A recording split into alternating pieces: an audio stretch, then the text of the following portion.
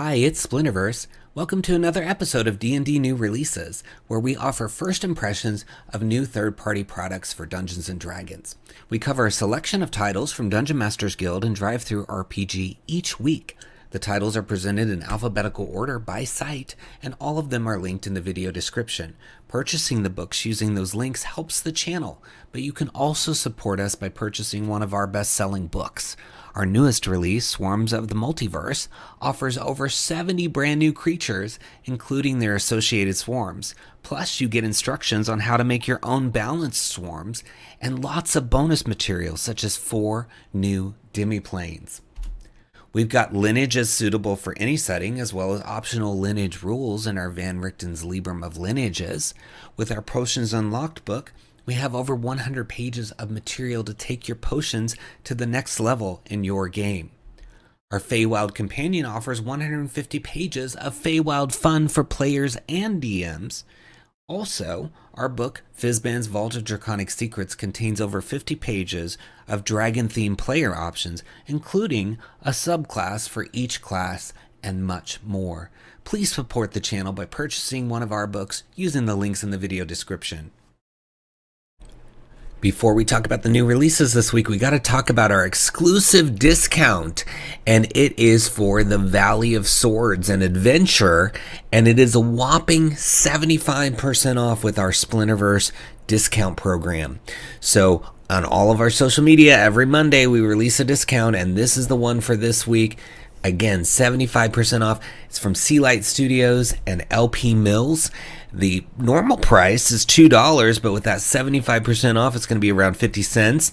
And it says, the Caelburn Valley was once a prosperous kingdom, famed for its riches and splendor. Pilgrims would travel for miles to the golden citadel of 𝙽𝙤𝙬𝙧𝙀, that blessed stronghold belonging to the mighty Ashen giants. Such days are behind us now.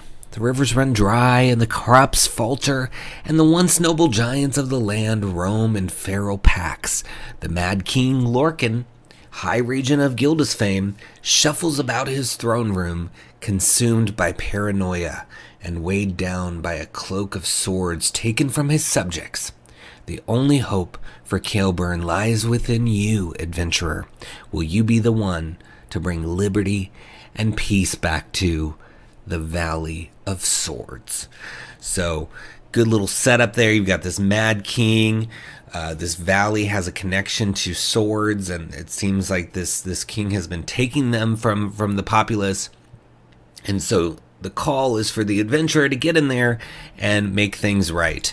So if you look inside the preview, they've got this sort of flavorful, fictional almost intro, and then there's some adventure hooks that you can see, and then the regional effects. Again, it's 50 cents, so I think it's worth grabbing this just in the hopes that you get anything out of it, but I'm sure you're going to get a fun adventure.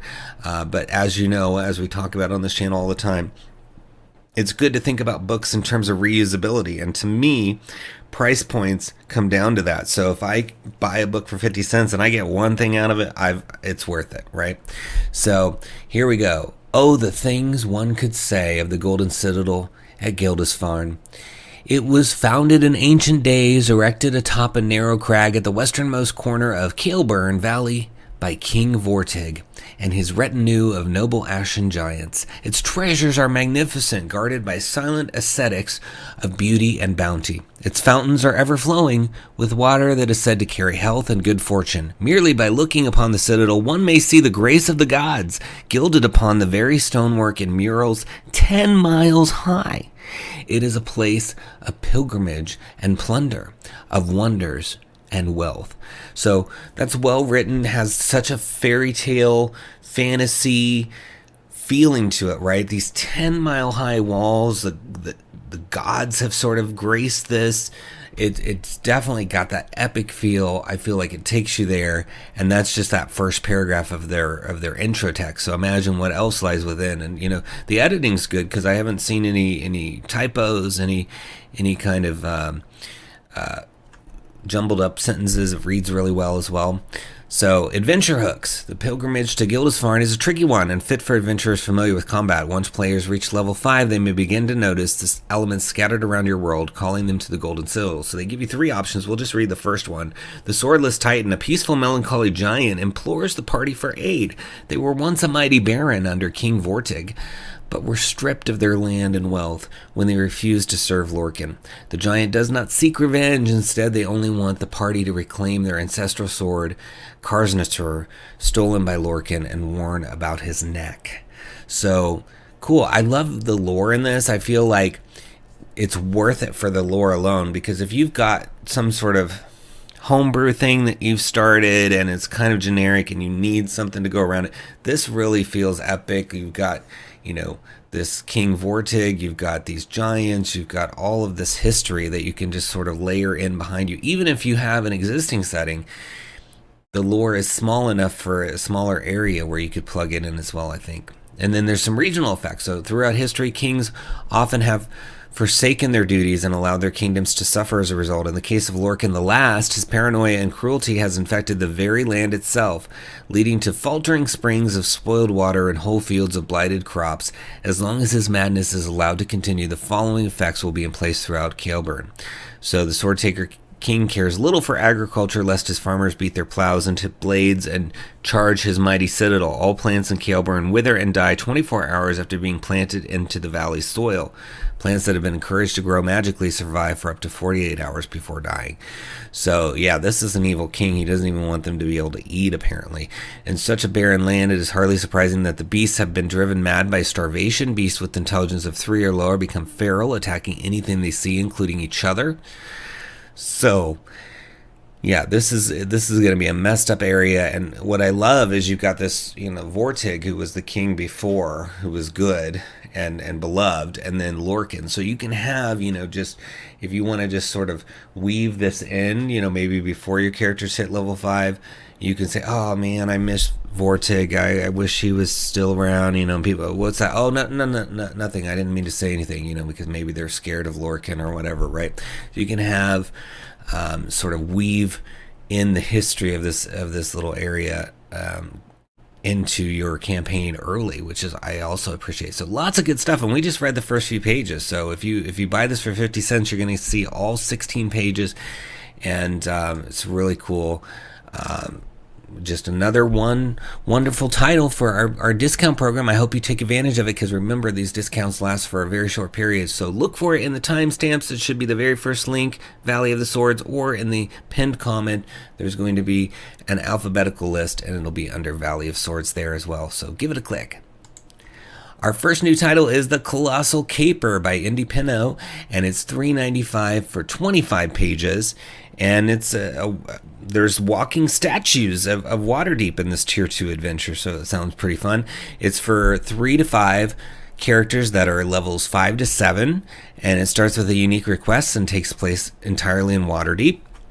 It involves the characters investigating and exploring the walking statues. The huge statues were once constructs that move around and defended the city.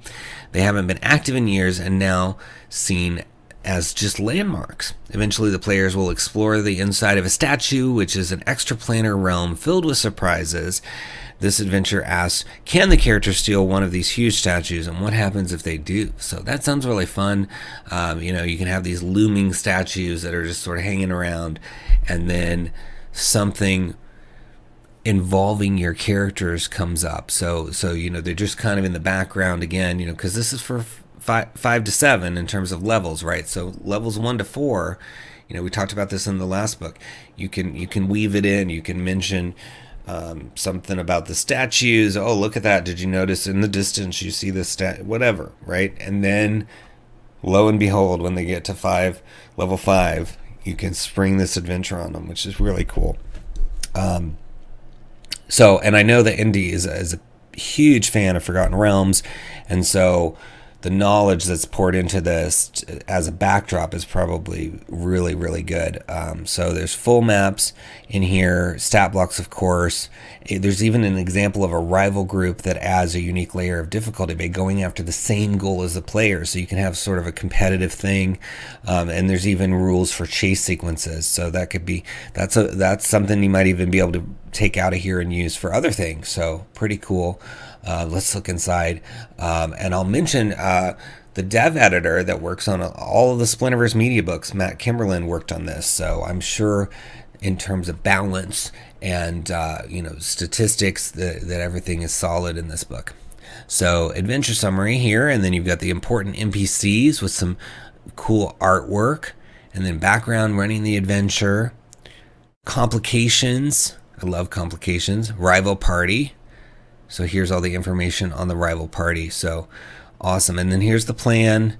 You get the intro. We'll read a little bit of that to you, but I love this. So you got the whole rival party. It tells you who they are. It says the Alabaster Fold is a group of notorious thieves that consists of 3 members. And it goes through all of those. And then you've got those broken out as well down here so that you can portray them, basically.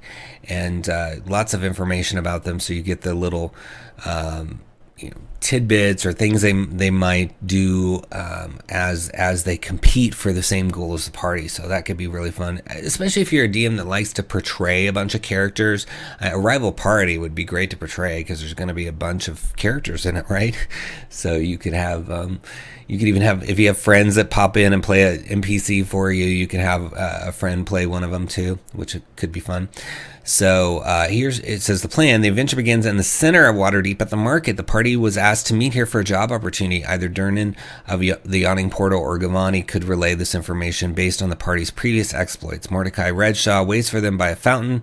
When the party arrives, read or paraphrase the following. The market is filled with the sounds of vendors shouting their wares and people moving quickly from stall to stall, searching for a bargain. In the center of this commotion, resting by a fountain, sits a man who would normally draw the eye of most people if they weren't so caught up in their own business. He wears a fine, rustic red suit with intricate gold filigree around the sleeves and collar. His hands rest on a spiral wooden staff as he calmly observes the people in the market. It says when Mordecai notices the characters, he politely introduces himself and starts talking about the job. He explains that he's an emissary from Cormyr sent to retrieve something from Waterdeep. The job is risky but pays well. When asked specifically, he goes on about it. So that's awesome. I love that he's sort of in the center of this hustle and bustle, and he just comes to life and notices the characters. And he says to them, "I want you to steal that." The man in red points up across the square towards a colossal figure. Looming over the area is the God Catcher, one of the walking statues of Waterdeep. Its left hand and right foot are pressed against the ground as if it's trying to pull itself up. Its right arm is raised high into the sky, reaching out towards a large sphere. So he is kicking it right off, getting right to the point. He wants you to get that statue. And so, I mean, just what a scene, especially if you've weaved in these statues before and your players are going to instantly think, how would we steal that? It's so huge. People would notice it's gone, right? But apparently there's 8 of these statues and that they can investigate. Each section has a brief description of the statue, its condition, where they are located, and a possible event. Because of their connection with the ethereal plane, the statues give off a faint magical aura. Each statue has an inner pocket dimension that contains its true workings. Getting inside there is key to a character's goal, and there are a few ways they can accomplish it, and it goes into that. But I mean, how cool is that? You've got these statues.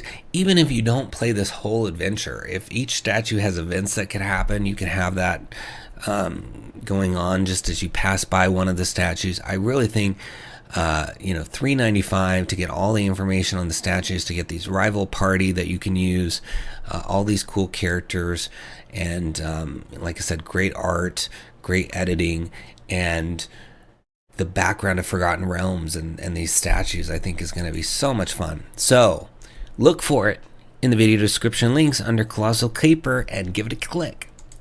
Next, we have The Docks of Deepshore, written and illustrated by Matt Forsyth, and it is $5 suggested price for 40 pages. And it says it's a fun 3-hour adventure designed to introduce new players to D&D. And the author says, I designed it to play with some friends who had never played before, but it could also suit a family wanting to introduce their kids to RPGs. It contains 3 pre-made characters, but it can be run with your own characters, suggested level 2.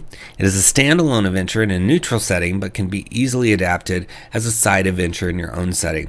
As it is my first publication, I'm making it pay what you want and would love to get your feedback. So this is really cool. This author artist has been willing to put their first work out there at an opportunity to get it for free. Again, I always recommend with pay what you want, that you pay something so that they can get feedback and get their first work out there. And you don't often see that, especially with someone who has taken the time to make such gorgeous artwork throughout this book. I'm just showing you the cover again right now, but we're going to look inside and you'll see that this artwork is stunning throughout the book. And creators that can write and make such beautiful art are just awesome to me.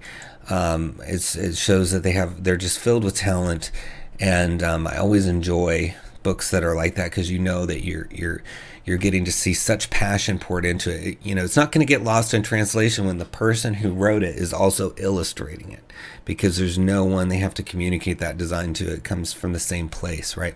So beautiful artwork, as I said. If you roll through, you get to read about Matt here, and then talking about some future campaigns that are coming. But I mean, look at this sort of comic book going on down here, graphic novel, and then you've got the chapter introduction. So right away, more artwork, and the layout is beautiful as well. And see, you see this guy here, he's on the cover, and then there he is in this artwork down here. Again, when somebody is custom illustrating everything, you can see that. A lot of other books, you see the character in one image because it's either stock art, or you just couldn't afford as a publisher to get the character illustrated repeatedly. So we have to support works like this that give you that, because it's not common. And so you get to see a lot of stuff like this. Beautiful layout. You got this nice box for the read aloud text, etc. So we'll read a little bit of what's in here, but I'm astonished by the artwork alone. So very cool. They go into the pre-made characters so that you can find out who they are if you want to play any of those. You got character descriptions, which you also don't often get with pre-mades. So even if you take these pre-mades and use them elsewhere, to me that's worth the price. But you've got the adventure here, and it says at the beginning, you are Jax Jobley, and you work at the Arcana Academy in the city of Avalor. You are a lowly assistant to one of the school's grandmasters. You see yourself destined for greater things, but unfortunately the grandmaster you serve holds a fairly low opinion of you. This could be due to any number of reasons. Perhaps he is jealous of your unlimited magical potential. Maybe he resents your good looks and youthful vigor. Or possibly he's still mad of that time you accidentally turned him into a sheep. And then you had him shaved, and that you continue to wear a hat that you made from his wool. You are studying your spell book when you hear his damn bell summoning you for some menial task. Grandmaster Jarvid wants to see you. So great introduction to whoever's playing the Jax character, which is one of the pre-made characters, and then of course they have to decide how they're going to respond to this. But what a great way. Again, you don't often see this with pre-made characters, any kind of effort into them other than here's some stats and a paragraph about them, right? This seems to be very, very detailed, very lovingly crafted so that each one of these pre-mades is going to get some attention, and you get to hear what they're up to, how they're kicking off the adventure, etc., right? So as I said, even if you just take some of these pre-mades, it's going to be worth the price, and then you're also going to get such amazing art to look at. So I'm really excited to see not only more from Matt Forsyth, but for all of you to check out Docs of Deepshore. It's in the links below. Give it a click. Next, we have the Eye of Eternity. It's focused on beholders, and it's from Of Gods and Game Masters, Jack Kellum and Justina Revolution. It is 10 pages, and it's an alternate ecology for beholders, presenting new monsters and giving tips on a framework for using them in a full campaign.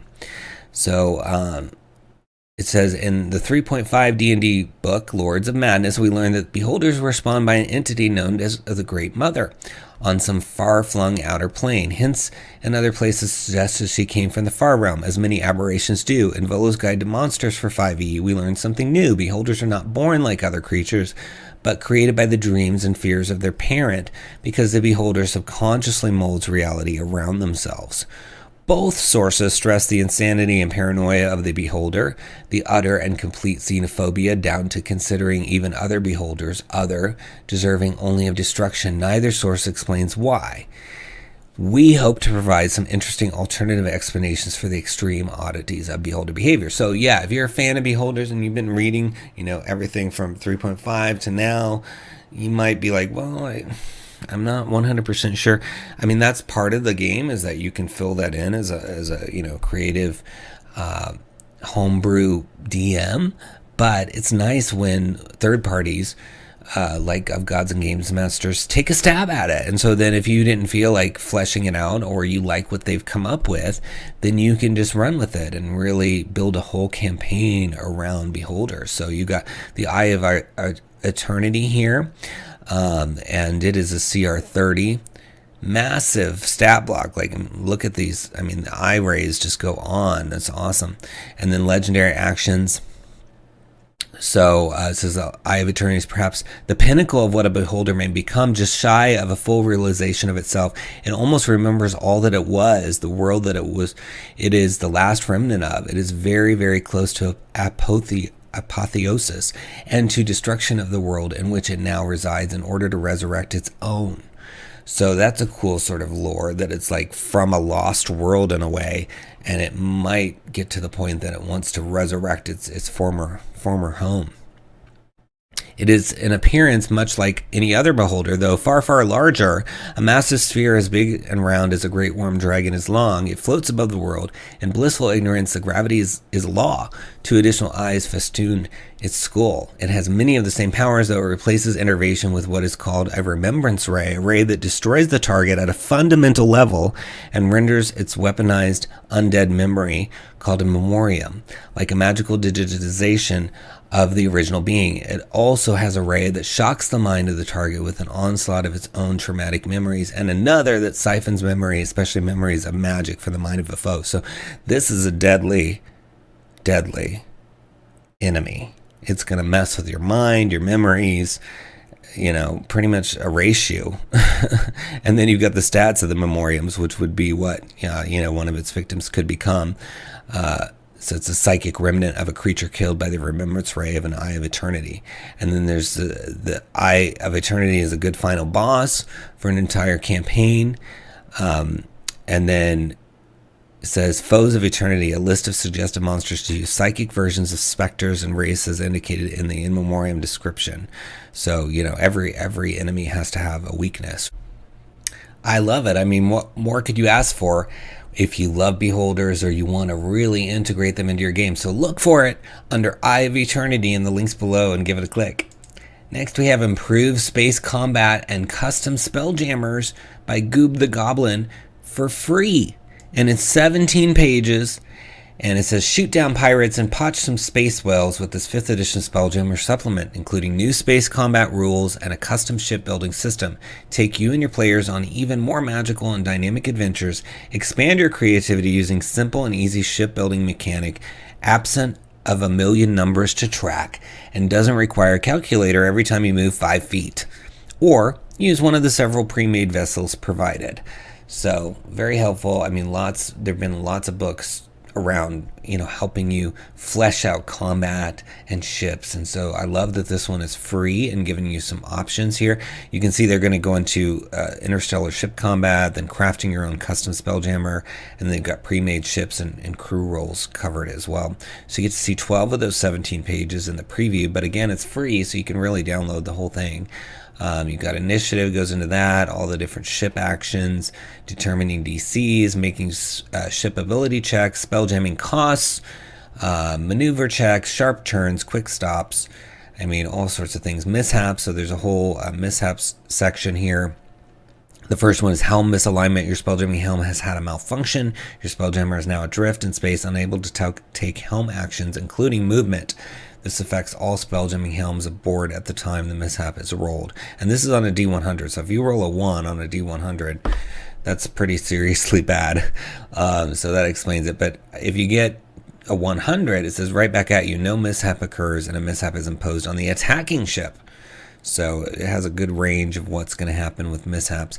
Then it goes into crafting custom spelljammers. So there are many types of spelljammers and many ways they can be used. This document attempts to put forward a simple and streamlined way to create your own spelljammer, either as a player or DM. Many things here have been hand-waved or simplified for the sake of gameplay insanity.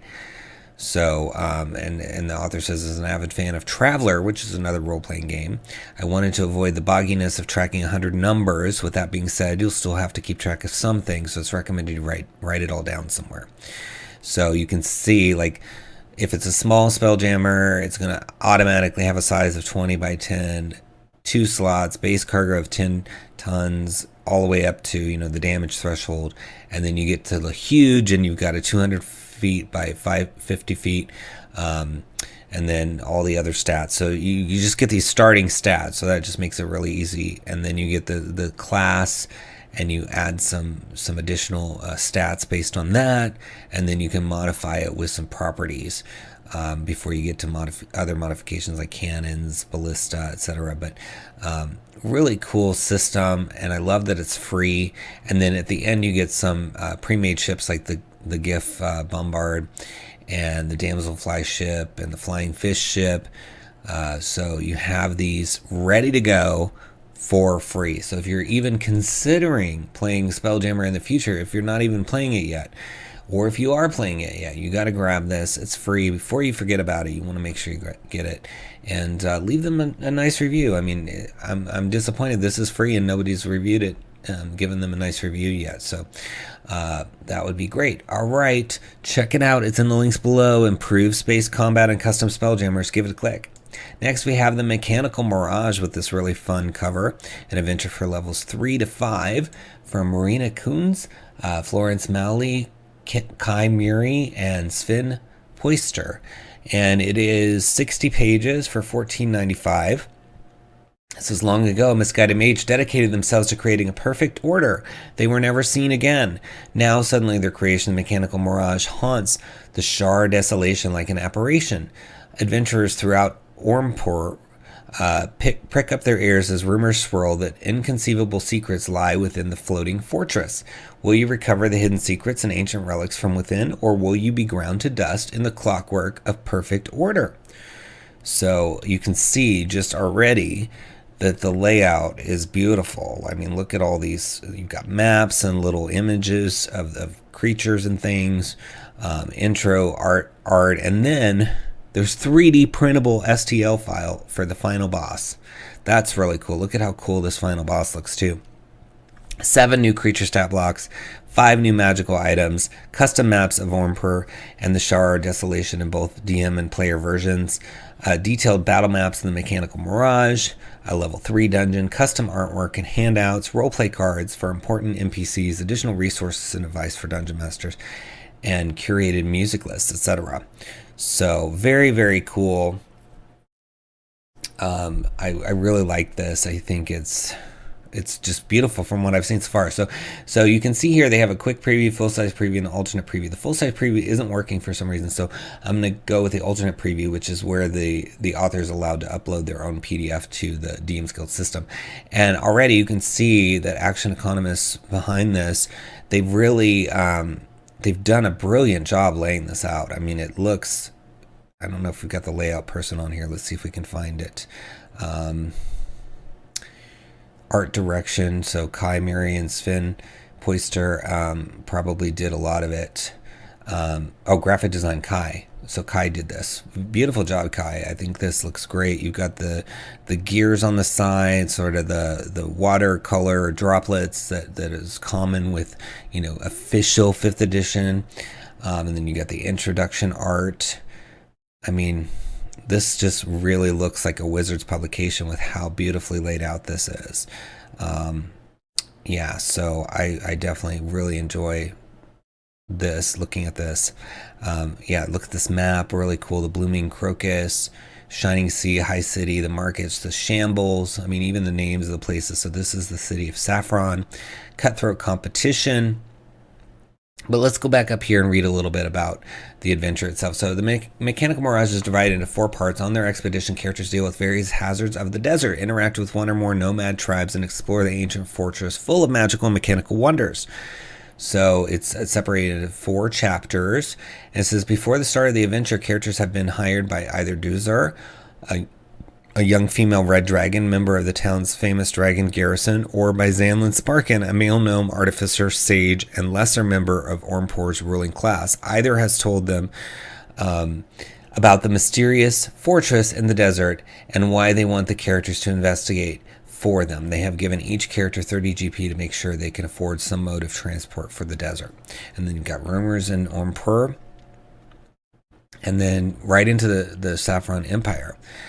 So it says, another day in the city of Saffron. You are on your way to the market square, and the usually whitewashed buildings lining the streets become increasingly colorful.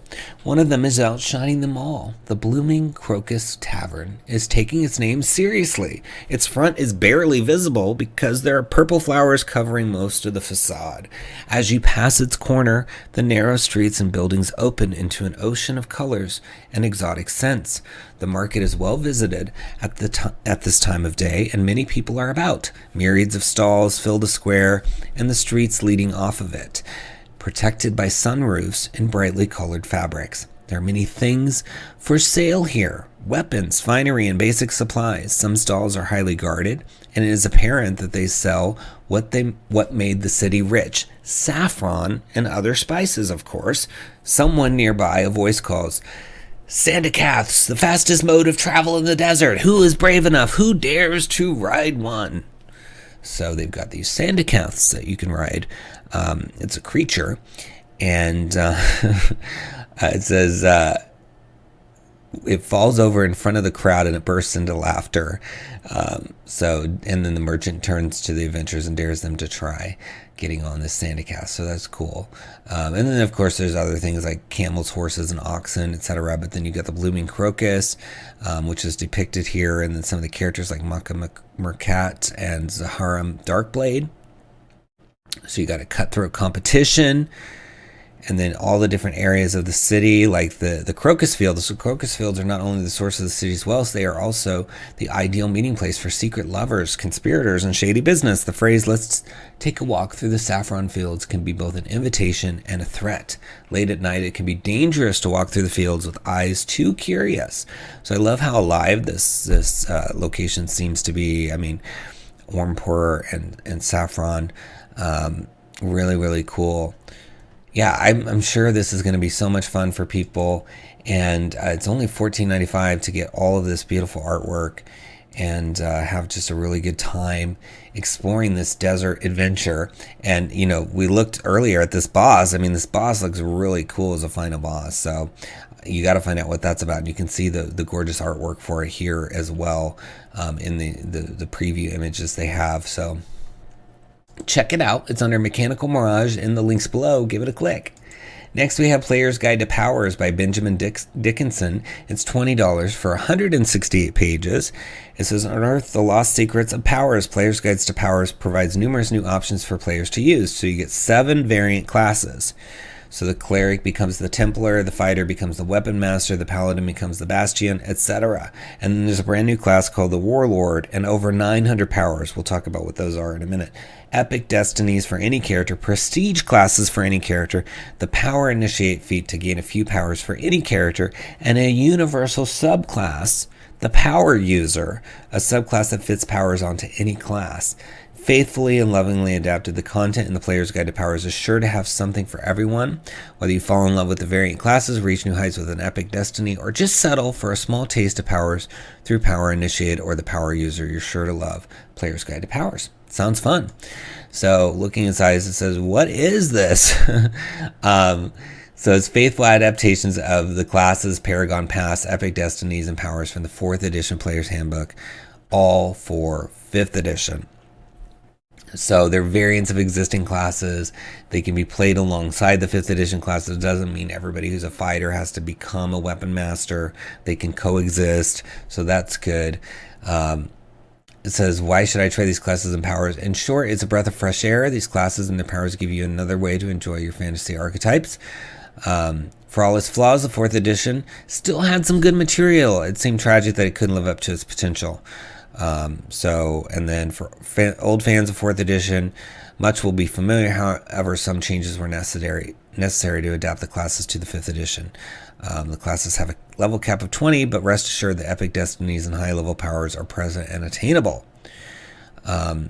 And then it says, what are powers? Powers are supernatural abilities that take many forms. Creatures with powers have practiced shaping the source of their power into a useful effect, often one related to combat. In this book, there are 3 power sources, but there are others in the world. Divine powers represent a holy spark that is easily used for healing and protection. They are also known as prayers. Martial powers empower combat techniques through one's fighting spirit. They are known as exploits. Lastly, arcane powers are a form of raw magical energy. The common name for arcane powers is the subject of tense debate. The users of these powers insist they should be called spells. However, most other creatures do not recognize them as true spells because they aren't and call them spell powers. So they work in a similar manner to spells, but they are not spells, and their descriptions indicate how they're used. So it talks about all the different types of powers, frequently asked questions, and then you get right into the cleric, which is now the Templar. And then some of the powers. So I just want to read a little bit of the powers, but I hope that you come and read through and look at this, because there's a lot of material in this book. I mean, it's 168 pages. So first one, Divine Fortune. It's a cleric feature. You pray for blessings. You can give yourself advantage on one attack roll or saving throw. It requires no action, range of self, and it's instantaneous. And then you got Turn Undead, which is a cleric feature. So basically taking the turn feature and making it a power. And then you've got divinity powers like Armor of Bahamut. Divinity feature is costs 1 reaction, range of 25 feet, instantaneous. You call a deity a protection. When a creature scores a critical hit against you or one of your allies, you can turn it into a normal hit instead of a critical one. So that's helpful. And then Morden's Resolve. A bonus action, self-instantaneous. You call on a deity of endurance. You gain a +2 bonus to attack rolls against creatures of at least one size category larger than you until the end of your next turn. So fun stuff. You could see how you can mix and match all of these different almost spell-like abilities into creating a new character that can do different things than what you're used to, but still feel like it, maybe started as a cleric and became a Templar. But anyway, I love when people bring things from past editions into 5th edition to give people that option, even if you don't use everything. Like they said, there's a universal subclass. You could just use that. You can just use the power initiate feat to give a power here and there. And there's over 900 powers in this book. So you're going to find some that are going to work, right? I really think it's worth it. So check it out. It's under Player's Guide to Powers in the links below. Give it a click. Next, we have Skull and Crossbows, the Spacefarer conversion by 𝙤𝙤𝙤𝙤𝙤𝙤. It's $4.99 for 39 pages, and this will require the older version of the adventure, because this is converting basically a 1st edition, 2nd edition adventure to 5th edition. Yeah, 2nd edition. So it's 2nd edition to 5th edition, Skull and Crossbows Adventure. So you're going to need that. And it's probably here on DM's Guild. And if it is, Igor, I would recommend adding a link on here so people can quickly go and buy that as well. And it's for characters 6th to 10th level. So you get a full 5th edition conversion, an adventure featuring space voyages, wild pirates, and dangerous enemy ships, tips to link the scenarios in a full-fledged space campaign, a new monster, the Space Drake, dozens of NPCs, converted stat blocks. So very, very cool. It's nice when older edition things are converted, because a lot of people have fond memories of those. They want to introduce a new generation to those adventures, play through them again with a new light on them. So 5th edition would be a new way to experience. If you played it under 2nd edition, it's going to be a different experience under 5th edition, especially with a different group of players too. So it could be really fun to relive that. And $4.99 plus you go buy the other one if you don't have it, and you're good to go. So talks about campaigning mode and how that would work with this, and then goes right into the conversion. So you can see Igor is doing a really good job of giving you some nice looking stat blocks. So you got the CR8 here, CR3 with Gort, and yeah, they're really easy to read. They look just like the Monster Manual stat blocks. So, you don't have to go through the second edition book and see kind of how they did the stats in second edition and then mentally convert it. You just use what's here. And there's even some variant opportunities like alternative adventure start. And then it goes right into the chapter 1. It says setups. 𝙁𝙤𝙑𝙪𝙧𝙬 hammerhead ship, the 𝙬𝙗𝙀, is on an intercept course with a character ship. She has the flag of a peaceful world or nation hiding her true nature. The 𝙬𝙗𝙀 is a regular hammerhead ship. She has a third mangonel installed just behind the cargo doors. This third mangonel is disguised by a major image spell as a secondary wheelhouse.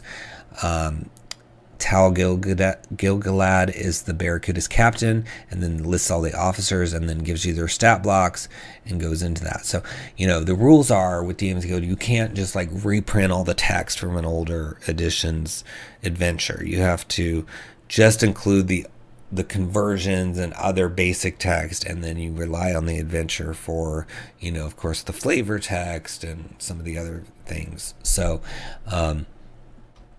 love that Igor even has sort of the border down here that was used in the second edition, which is awesome. So really cool. I love that you can bring back an old adventure with this for just $4.99, and it's in the links below under Skull and Crossbows. Give it a click. Next, we have Spelljammer Vessels character sheets. As you can see by the cover, these are sheets to track your ships that you create for Spelljammer, and they have a lot of classic ships represented here. I love that. You get this whole collection of ships, and you can keep track of everything you need, including your ship's AC, its speed, its hit points, air envelope, all of that stuff. Even different weapons like the ballista. And then it says each published Spelljammer vessel, the bombard, the damselfly, the flying fish, etc., are all in here. So for $4.95, you get these 20 pages. It's by Woodenworks Gaming and Jordan Wooden. And let's look inside. So you can see, I love that there's the outline of the ship here, the silhouette of it. So you can fill in your information. You even have your crew manifest here, all the weapons.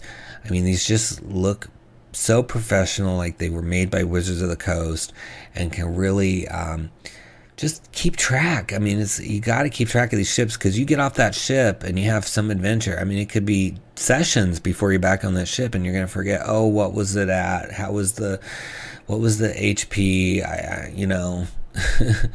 What weapons did we have, right? So you need something to track it, and for $4.95 you can get all the sheets already set up for the other ones. And I'm not sure if there's a blank one in here too. I would assume that there's maybe a blank one that doesn't have, like, it's not dedicated to ship, or maybe you can convert one of these to a blank one as well for, a ship of your own creation. But very, very cool. Definitely going to need this if you're going to play Spelljammer. So check it out. It's under Spelljammer Vessels or Spelljammer Ships character sheets in the links below. Give it a click. Next, we have Thelanis, the Moonlit Garden from 𝘬𝙤𝙘𝙀, or 𝘬𝙤𝙘𝙀. I'm not sure how you say that. I'm guessing 𝘬𝙘𝙀. And it's a suggested price of $1.99 for 15 pages. And it says, the trees bend, twist, and rearrange themselves as the sun fades, replaced by a single massive moon hanging high in the sky. You find yourself somewhere altogether different, with bigger, more gnarled trees, everything more vibrant with color in the bright moonlight. The bold browns, purples, and blues around you don't feel real, more like something from a beautiful painting, yet here you stand. This is a one-shot adventure, though one of the twisted fairy tale baronies of Thelanis. In it, the players find themselves in a strange land seeking an item they know little about. They will encounter a village whose people have been turned to shrubs, been shrunk down to 20th of their size in the garden of tiny trees, fighting a tree which is also a beholder, and come face to face with the lady in shadow herself. So it's for 4 level 5 players, though adjusting for 3 to 6 players would be minimal effort, and is expected to take around 5 hours. This is a great introduction to the plains of Eberron for DM and players alike. So you got an exciting mystery to unravel, 3 new monsters, including a topiary beast and a tree holder, and then simple rules for running a skill challenge and a series of detailed maps. So you can see some of the cool maps here. So it takes place in the world of Eberron. Thelanis, also known as the Fairy Court, is a place where stories and fairy tales govern reality. The Fey denizens of Thelanis exist to act out the stories they are part of. The plane is split into numerous baronies, each ruled by a different archfey. A barony is split into a collection of layers, each of which describes one of the stories associated with the ruling archfey. So the Lady in Shadow is an archfey who rules over one of the baronies in Thelanis. She is the archetypal evil witch depicted in fairy tales, whether that be the magic mirrors and poison apples or fingers pricked on needles. The stories that revolve around her and that are depicted in the layers of her barony typically involve curses, either out of malevolence or as punishment for acts against the lady. So very cool. And then you got the people, goes into those, including Larry Boysenberry and Helen Boysenberry. And then you got Running the Adventure and the Village of Sully-Button. So you're getting to see quite a bit. You get to see all 15 pages of the adventure, so that's helpful. All the different areas, the secret glade, leaving the garden, and returning to it. And then of course you have your topiary beast, which is a CR2, and the Earthbearer CR7, Treeholder CR7 for you at the end of it. So, and then there's a whole appendix on how to run some skill challenges. So like this, especially for the price, I feel like you're getting a lot of stuff going on. The Scarlet Glade, it says you continue through the meadow as it winds towards the mountain-like tower. After 10 or so minutes, you begin to notice that the trees near the edge of the path are illuminated with a dull red light. You believe the red glowing tree must be beyond the forest edge here. And then you find out more as you get closer to the tree. But it says the Scarlet Oak is a tree holder. Initiative should also be rolled for the shrubs. The shrubs are initially inactive, but they are topiary beasts, it looks like. So you can see this cool picture of the topiary beasts. So I think you're going to have a lot of fun. I mean, I know a lot of people enjoy like the Feywild and stuff, but this is like Eberron's version of it. So I think that could be, you could have it even start in the Feywild and then end up in Thelanis, or start in Thelanis and go to the Feywild, so you could use it as a transition. But I think it'd just be really fun to explore Thelanis, and with these cool maps that they're going to give you as well, and just have a good time going through the layers of this Archfey's realm and eventually taking on the Tree Holder. So check it out. It's under Thelanis, the Moonlit Garden, in the links below in the video description. Give it a click. Next, we have Spelljammer Trinket Mysteries by Michael J. Winiger, and it is $1.99 for 31 pages.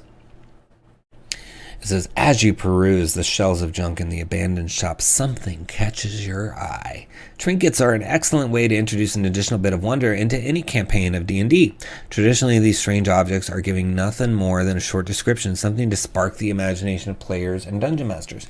Sometimes, though, we want those small bits of wonder to go deeper, to tell us about the past of the universe, to add flavor to the present, and to provide chances for a future adventure. The supplement is intended for use with Spelljammer, but it comes in two parts. The astral trinkets that can be given to players when they need to roll for finding a trinket contains only short descriptions, but then you have the Astral Trinket Mysteries section, which contains more detailed information about each trinket and how the characters who find those trinkets can learn more about them, often unlocking wondrous powers.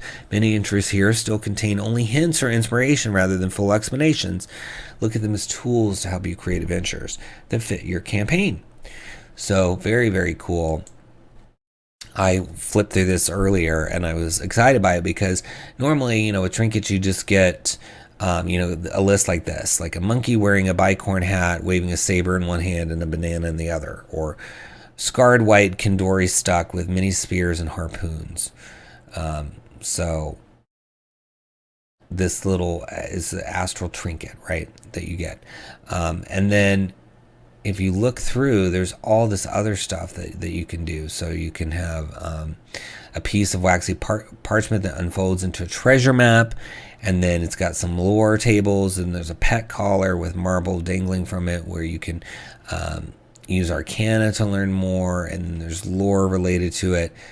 I mean, these are not just run-of-the-mill trinkets. There's all this additional stuff. So it says, Astral Trinket Mysteries introduces a new mechanic called Trinket Lore. Here the word lore means knowledge that is not readily available to the player characters, even those trained in knowledge skills like arcana, history, medicine, etc. For some trinkets, a successful check in a knowledge skill could yield some helpful information. Discovering the lore behind a trinket is represented as a lore DC. For some items, lore DCs are high, making it more likely that a character will need to chase down many leads before finding the right one. Spells like Detect Magic and Identify can shed more light on the aura or physical properties of a trinket, but will not automatically reveal the lore. So yeah, you can have some fun with these. I mean, they can carry them around for a while. So I read this wrong. I was reading like some of the parts of it. It's actually, so the trinket for this one is flag that can fold up to fit in your pocket or be magically stretched to 9 by 15 feet. But then you do the Arcana 11 or Identify, a faint aura of transmutation, and you see what the design is on it. So it could be a monkey wearing a bicorn hat or the scarred white Condor. So my apologies. I messed that up. But you can see they have 20 choices, all very Spelljammer themed, which is nice. And then with lore, you can see who previously used the flag, whether it's pirates, privateers, explorers, etc.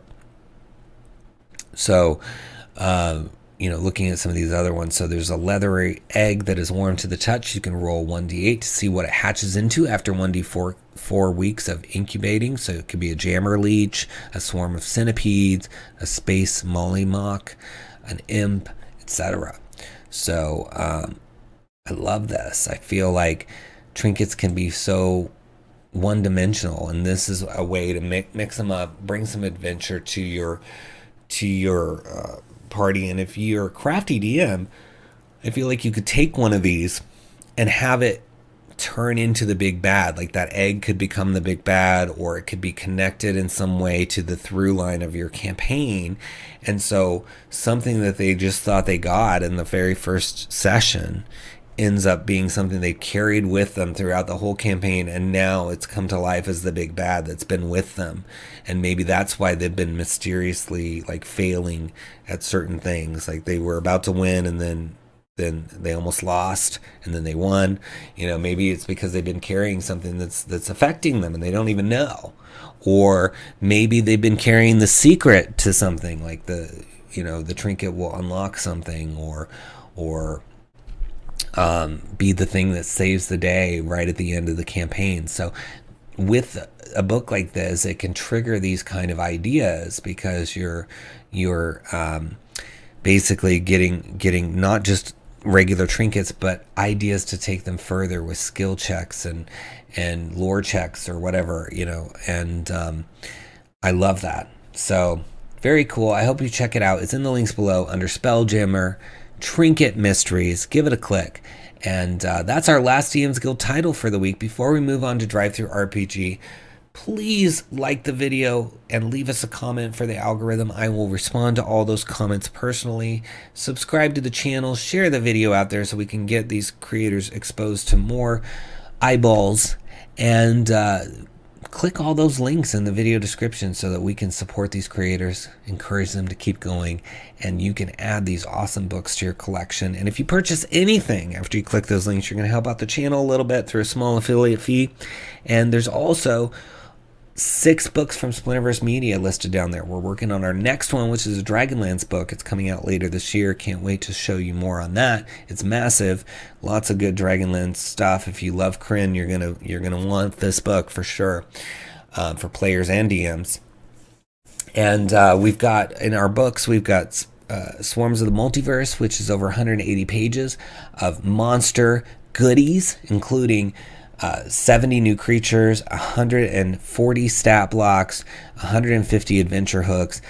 All the creatures get their own page count, so you get all the lore you could want, tactics, a playlist of tactics, related things like magic items, pocket dimensions, demiplanes, diseases, just all kinds of things connected to these creatures, so you can really play them out. And each creature either summons a swarm, commands a swarm, forms a swarm, whatever it is, there's a connection to swarms. So you get the regular creature and then the swarm related stat block. So lots to have in there, as well as rules to create balanced swarms, environmental swarms, which are more like hazards. They don't even have hit points. Lots and lots of fun for you, including beautiful artwork, and it's print or digital. Then we've got our best-selling Feywild Companion, over 150 pages of Feywild fun, including subclasses that are Fey-themed, spells, magic items, a brand new Domain of Delight with a beautiful map, and monsters, full adventures, all kinds of goodies for you in print or digital. Then we've got Potions Unlocked, which is over 100 pages dedicated to potions, making them fun again, not just boring little run-of-the-mill things with optional rules. You get the smells and tastes of potions, how to deal with their labels and mishaps with the potions, including each of the brand new potions in the book comes with a full short story explaining its origin, so you can either relate that as a vendor or turn it into an encounter or an adventure if you want.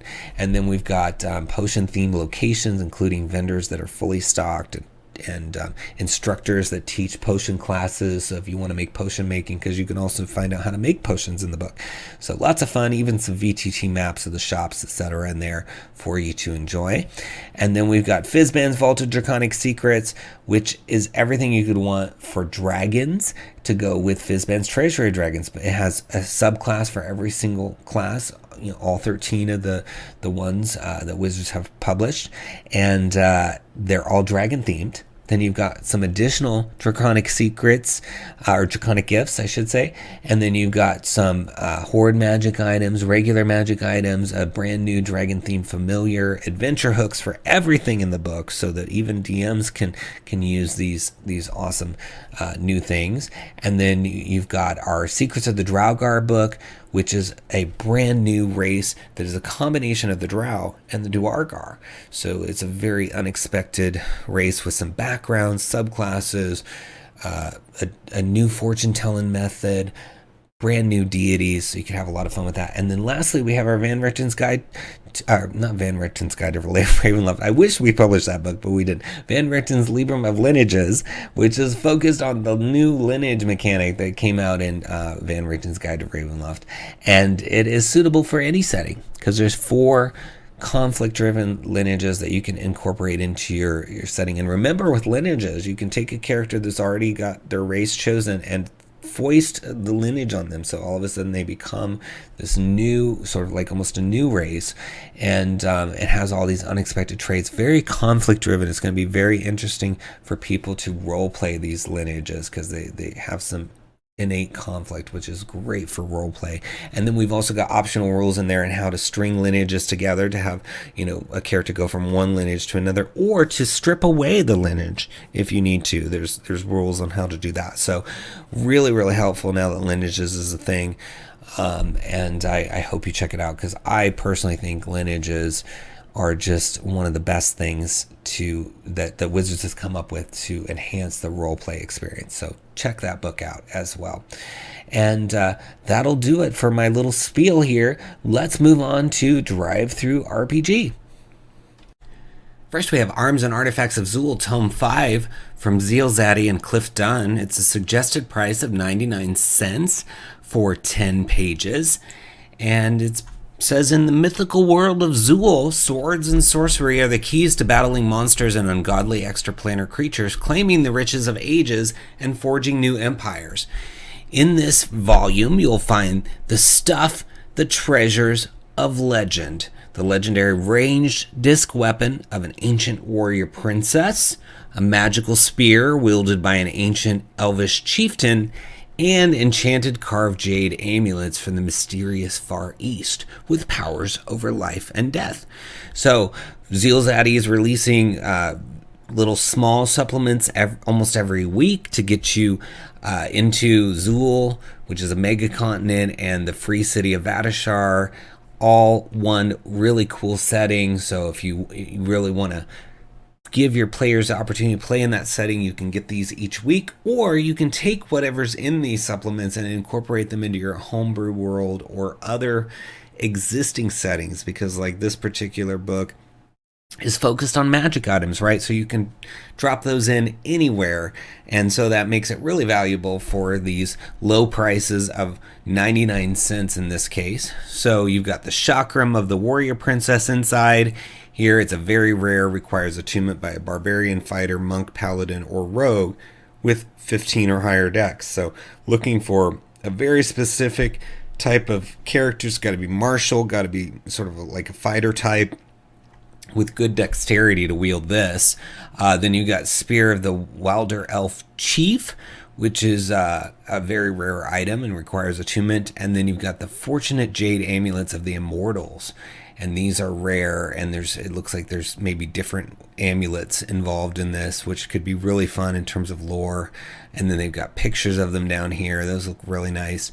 And I love always that with 𝘏𝙬 and Cliff's stuff that you can see everything before you buy it, so that's super helpful. But let's read about the chakram of the warrior princess, because immediately when I hear warrior princess I think of Xena, right? And this disc also kind of resembles Xena's famed weapon, right? So I can feel that this might be inspired by that. It says, an enchanted killing chakram constructed of silvery blue Ishtoroid metal. The chakram of the warrior princess resembles a platinum disc or hoop with sharpened edges. The chakram is said to have been wielded by a legendary champion who adventured during the age of the giant kings of Zul. It can be employed both as a melee weapon and for ranged attacks. When used in combat as a ranged weapon, the chakram has the ability to ricochet off of objects and return to its thrower. So, again, sounds very much like Xena, but that's great. We need things that are inspired to come into our campaign so that we can live out our fantasy of being, Hercules or Xena or whoever, right? It's a +3 weapon. It's got 1d6 +3 slashing damage. It's got finesse. It's light. It's thrown. Returns when thrown unless the attack is fumbled by rolling a natural 1. And I like that. So you have this chance of it not coming back to you, and you have to go get it. So that could be some really cool story opportunities there. If the wielder succeeds on a hit by more than 5, they skillfully deflect the chakram off of a surface it has struck and allowing it to hit another target in the same throw. And this continues until it no longer hits. It cannot hit the same target more than once. So there you go. That's really interesting as well. That it can hit multiple targets. It says decapitates on a roll of natural 20. On an attack roll of natural 20, the chakram cuts off the head of the creature struck. It dies if it needs its head to survive. A creature is immune to this if it is immune to slashing damage, has no head, or doesn't need one. If it has legendary actions, or if the DM decides that the head is too big to be cut off with this weapon. In that case, the creature takes an extra 66 slashing damage. So I like that a lot of particular instances could be covered by that. So really cool. And it says that it can be used if the character's not attuned to it as well. So that's good. I love this. Fun stuff as usual. Again, really getting to know the mega continent of Zul and the free city of Ardashar. A lot of the books are more focused on the city, but books like this that talk about the continent are fun too, because you get some of the lore that's spread across the whole continent. So I really like it, and I think all of you will enjoy it. If you want to give it a try, it's in the links below. Arms and Artifacts of Zul, Tome 5. Give it a click. Next we have Biomancer's Edge, New Spells of Transmutation. And it's by Underground Oracle Publishing. It's $1.99, and it's 3 pages. Authors Keith Pendley and Jess Pendley.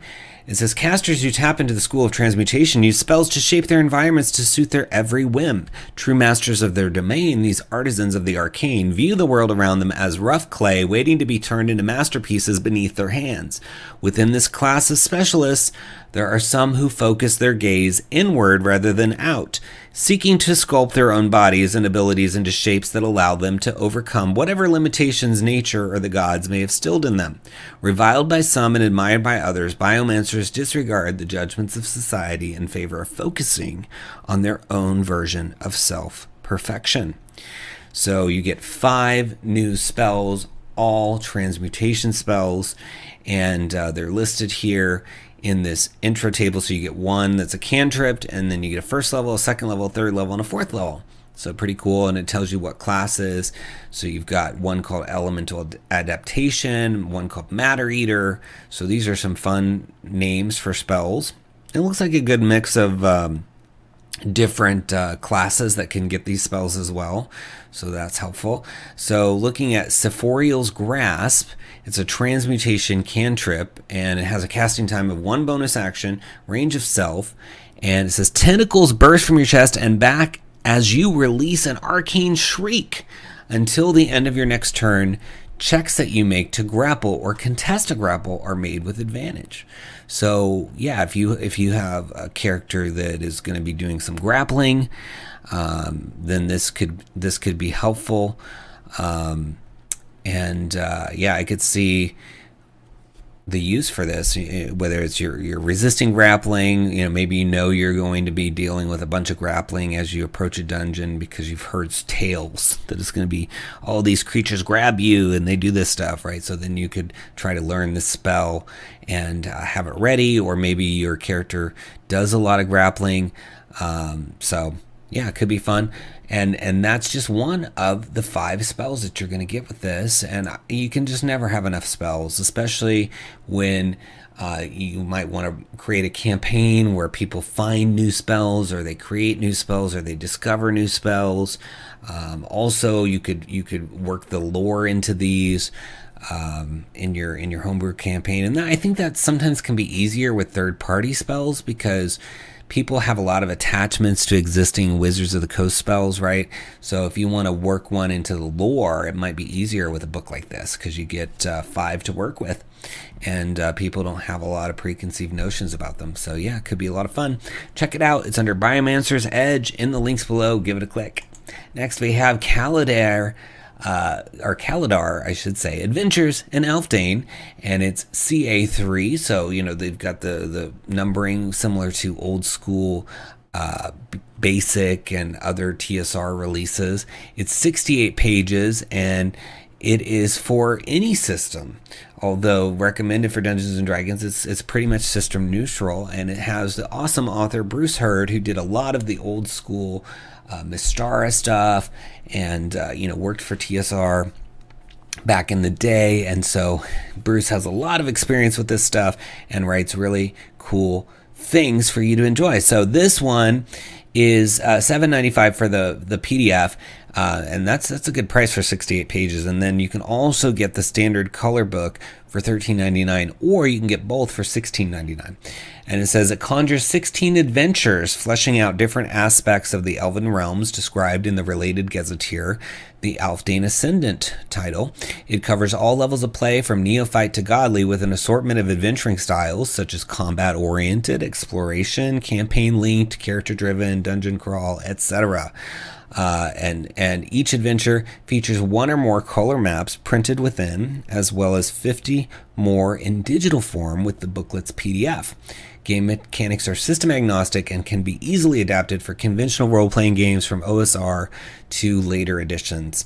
So very cool. And I love that Kaladar Publishing and Bruce are continuing to release titles for Kaladar so that you can really get to know this world and really deep dive into it. A lot of times with third-party stuff, you get maybe 1 book or a couple books, but you don't get an ongoing series that you can really deep dive into. If you think about old school D&D and earlier editions, there would be endless books on Forgotten Realms or Mystara or these other settings from Wizards, and you just don't see that much anymore, even from Wizards. Like with the Savage Coast, they just kind of stuck to that area of the realms. They didn't really deep dive into the others. Now, sites like DM's Guild fill in those gaps, and there's been a lot of great creations to cover those other regions. But still, it's nice when a single publisher just releases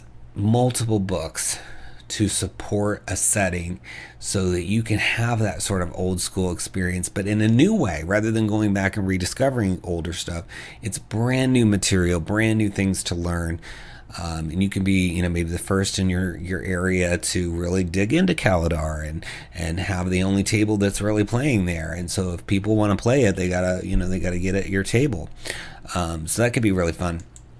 But let's look inside. So you've got this table of contents. It's got all these different adventures in here, and then the profiles, and then OSR experience levels, so that helps you figure out, you know, which ones might be better for certain levels.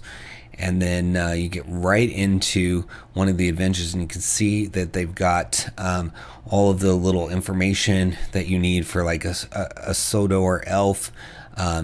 So it's a thief, and it gives you all the information that you might need, like their movement, 120 feet, dexterity, all those good things, even birthplace, home base, apparent age, the looks, the background. So this one's an embalmer that happens to have arachnophobia as an oddity, and then of course the abilities and stuff. So that's super helpful, right in line, right in the text. So as you're reading and encountering, you know, this area 𝙤𝙤𝙪, or no, not Arya, it's Arla 𝙤𝙤𝙪, captain of the White Scar, had set off to eliminate Luriel and retrieve any clues he carried. She observes from a distance his interaction with one of the heroes, following them discreetly until she can steal the satchel. Arla will kill anyone interfering with her plans. So Arla is a soldier, elf, thief, etc. And then you get all that information. And I love that there's those oddities too, because I think that just makes it really cool. But this is called Hunt for the Glitter Limb. And this is one of the scenarios, and it's focused on exploration and mystery. It's the PG3 part of this, again, Kaladar series, introduced the Glitter Limb as a legendary tree that vanished centuries ago. It was said to grow leaves of gold. The adventure leads deep into the woods of Solon Hills to unravel the mystery of the tree's fate. So wherever the heroes are, select one, preferably benevolent, or at least an elf, a ranger, or a druid. An elf staggers forth and shoves a small satchel into that hero's hand. He rasps, "Save it before they take it away. They know I'm the last of..." And then he collapses, dead from a poisoned wound. So right away, a mystery. One of the characters has been chosen to receive this small satchel from this elf that's collapsed, and then, you know, the adventure continues. And presumably, you know, because they're saying this Glitter Limb was a legendary tree that vanished. Well, if this elf is saying you got to save it, maybe it's the Glitter Limb, right? Maybe it's still around, or it's, you know, been rediscovered or returned or whatever. And so the characters have to figure out how to save it. And so you've got this map that shows you X marks the spot, and gets into the action. If the heroes stop at the village, what happens? All that stuff. And then you've got something called Gabbett's Gang. So just fun stuff. Again, I love Bruce's writing. Really enjoyed the Mystara stuff back in the day and the details. And you can see, look at these pictures here in the preview. All these wonderful maps that have a lot of reusability to them. And again, you're going to deep dive into these settings, and you know, these books are great to pick and choose things for your own homebrew as well. So I think you should explore Kaladar as a whole, but the other thing you can do is take little pieces out, take characters, like you could take the Glitter Limb and put it in your own campaign as well. So that's the beauty of these books is, you know, when you try to take something out of Ravenloft, you know, people are going, well, I know Strahd. I know who that is. I've seen all this stuff about Strahd. But when you take it from somewhere like Kaladar, where it's newer, you don't have, again, all those attachments that can get in the way of homebrewing. So love that this gives you so much mappage that you can use. It gives you so much, so many characters. It deepens the Kaladar setting. And I also always love with Kaladar stuff is that you can get these books as well for really inexpensive prices. A lot of the books are very expensive these days, so getting low cost physical and PDF is awesome. So I think you need to look for it. It's in the links below under CA3 Adventures in Alfdaín. Give it a click.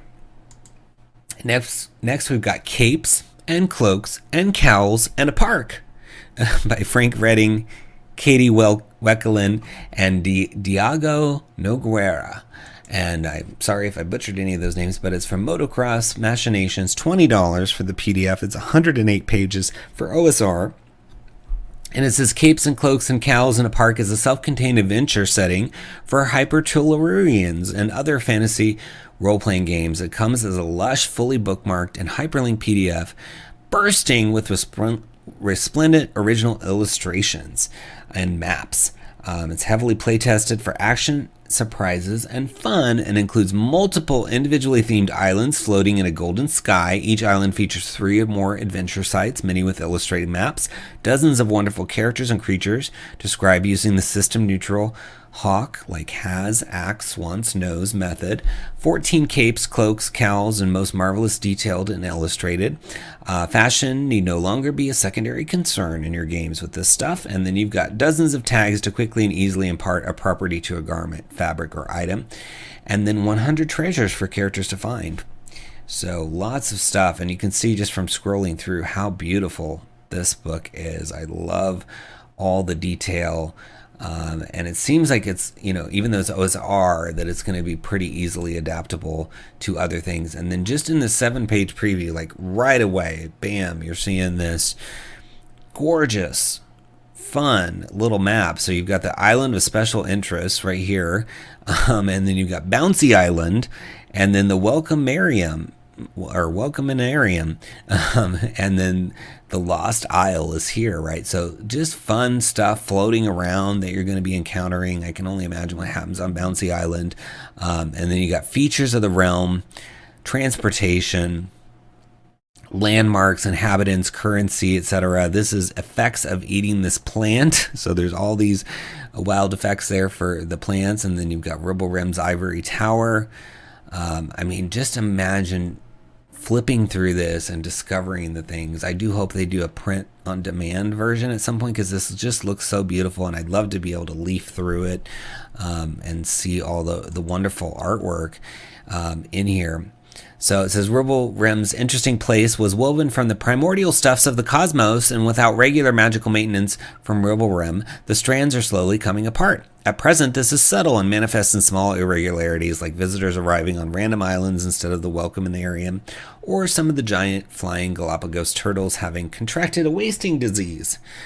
So ultimately, the whole place will come apart, but in the meantime, use the unraveling to throw a little chaos, unpredictability, and extra danger into the islands.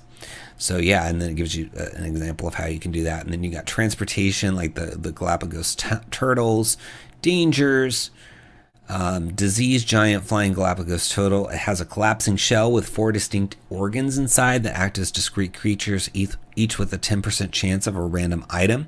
It acts by venting foul air from its diseased lungs, entangling creatures with its intestines, engulfing and searing people with its stomach, spewing humors with its necrotic liver. It wants nothing. It only obeys Aubrey and possibly other necromancers. It knows how to fly, how to be steered with precise tugs at its pulmonary trunk.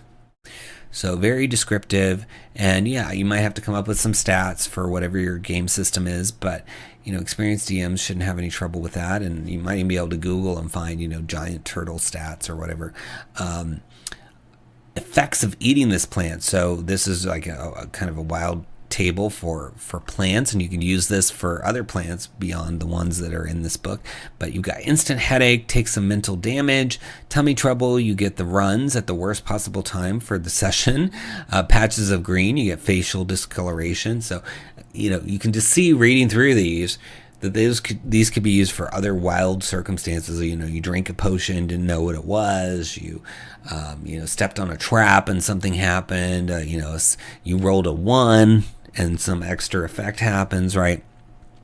Or some random effect instead of what was intended. So really cool. I love the creativity of this, how much there is in here, how good it looks. And you can see even more of it, scrolling down, looking through this. I've got some fun isometric maps. And I just think, a crafty DM could really turn this into an amazing, fun campaign and a setting to just keep exploring, because it just looks like there's a lot to it. So check it out. It's under Capes and Cloaks and Cowls a Park in the links below. Give it a click. Next, we've got Doctor and Daleks, The Keys of Scaravore. So it's a Doctor Who 5th edition we had previously covered when the system came out. And so now this book is going to give you connected adventures for levels 1 to 5. So you can, go to the Wild West or distant worlds encountering Draconians, Silurians, Zygons, and other threats. Basically putting yourself in the world of Doctor Who. I'm a Whovian. I love Doctor Who. Was so excited to see that Cubicle 7 Entertainment released Doctors and Daleks as a 5th edition game, because you can just build upon your existing knowledge of 5th edition to really get into it. And you know, it shouldn't take you too long to jump right into Doctor Who universe experiences. And it's $19.99 for 126 pages. Lots of authors, including David F. Chapman, Walt Chudnowski, I can't say that, Zach Dale Clutterback, Kristen Jacques, and Andrew Peregrine. But it's got 4 different connected adventures, so pick any one you want, whether you want to travel the Oregon Trail, you want to be marooned on a strange planet. If you've watched Doctor Who, you know one of the best things about it is 1 minute it can be like a historical drama in the sense that you're in the past of Earth, and then the next minute you're in the far future of Earth, and then the next minute you're on a totally different planet, and all of time and space is at your fingertips. And so this is such a wonderful thing to come to 5th edition. So looking inside, as usual, you know, Cubicle 7 kills it with the look and feel and ease of use in their books. So you've got the introduction, and then each of the adventures. So you got Paradise Lost, A Kind of Magic, Westward Bound, and the Mandala of Scaravore. And then the appendix has all of those stat blocks and things that you need to really get yourself organized and prepared to DM the adventure. But just really cool. I love how it reuses photos from throughout the Doctor's history to just give you that Doctor Who feel. I love just looking through Doctor Who books and just feeling like I'm in that world. So it says the keys of Scaravore, the universe is as ancient as it is dark. In the time before humanity, even before the rise of Gallifrey, whole empires rose and fell. The beings who built these empires were not like those who would follow. They were strange creations made not from evolution, but from mistakes and loopholes in the fabric of the universe. They had powers and frailties that would never come again, and few even resembled the humanoid species that would follow them. In this series of linked adventures, we invite you and your group to unveil the secrets of one of these long-forgotten powers. You will trek it across time before facing it in a surprisingly familiar place. However, while these adventures are linked together into a whole series, you can play them as individual episodes on their own. So that's kind of cool. So, you know, a lot of Doctor Who episodes are kind of episodic where they're self-contained, but then there's sometimes also a through line for the whole season. So you can kind of play like it's a season of Doctor Who, where your group, you know, somebody's probably a Time Lord and somebody's a companion, etc., can feel like they're going through different episodes. And what's awesome is that they're interconnected. So you can have them, you know, go through the first adventure, and little hints of this race from before will be there. And then you go into the next one and you see that it's still got some of that stuff. And so it's going to feel like somebody wrote a whole season of episodes around your party, right? Your group. So really, really cool. I love, this is really the first, you know, book of adventures since they put out the system. And I just love that that's the approach they took, because a lot of people want to have that feeling, and I love it so much. So here's a few of the things. It says, if you'd like to add more clues or place new connections in other adventures, you can use any of the following ideas. So it even gives you ideas of how to sew in references to this big bad in your own homebrew adventures, which, you know, they didn't have to do that. That's like a nice to have extra thing, and I love that. The first one is a powerful psychic force takes control of the TARDIS for a moment, but the player characters are able to resist the power. While they know little about it, the nearest planet such a force might have come from is Earth. So then that's like a little bit of a mystery, and they're kind of left wondering, well, what was that psychic force that took control of the TARDIS for just a second, right? So these are perfect little sort of teasers that can build to your big adventure. So I love this. I think you should come here and read. You get to read through this preview here, these 9 pages. You're going to be able to read about Paradise Lost, A Kind of Magic, Westward Bound, and the Mandala of Scaravore. So all the adventures, you're going to read the synopsis so you can see how they work together to create a really epic, big bad through line season. And you can just get excited like I am about weaving this into a really fun. I mean, they're going to think you're the best DM in the world if you pull this off, because it's just going to have that feel of, like I said, a true Doctor Who season. From a lot of the new Who seasons have that overarching storyline for the whole season. And I love that Cubicle 7 is giving you the opportunity to recreate that feeling at your table. I mean, how often does that happen? So you got to check it out. It's under Doctors and Daleks for 5th edition, The Keys of Scaravore, in the links below. Give it a click. Next, we have Folio Retro Classics S13 Ice on the Water. It's an adventure for characters levels 10 to 12 for Dungeons and Dragons. It says it's available in both AD&D and 5th edition mechanics, so you can play as 1st edition basically or 5th edition. And it is really cool that it has that sort of TSR advanced D&D module feel to the cover. I love that. And it's only $7.99. It's normally $12.99 for the 44 pages. It's from Art of the Genre and Scott Taylor. They released several other folios. You can see the pictures down here this week as well. But as you know, we only cover one title per creator per week. So if you like this one, as we look through it, keep in mind that there's these other ones that you can get to when you click our link to get to this title. So it says, a coven of powerful barbarian druids is threatening the citizens of the city of Phyndalin. Titanic storms, floods, heat waves, and basic pestilence conjured by the druids have plagued the city for the better part of a year.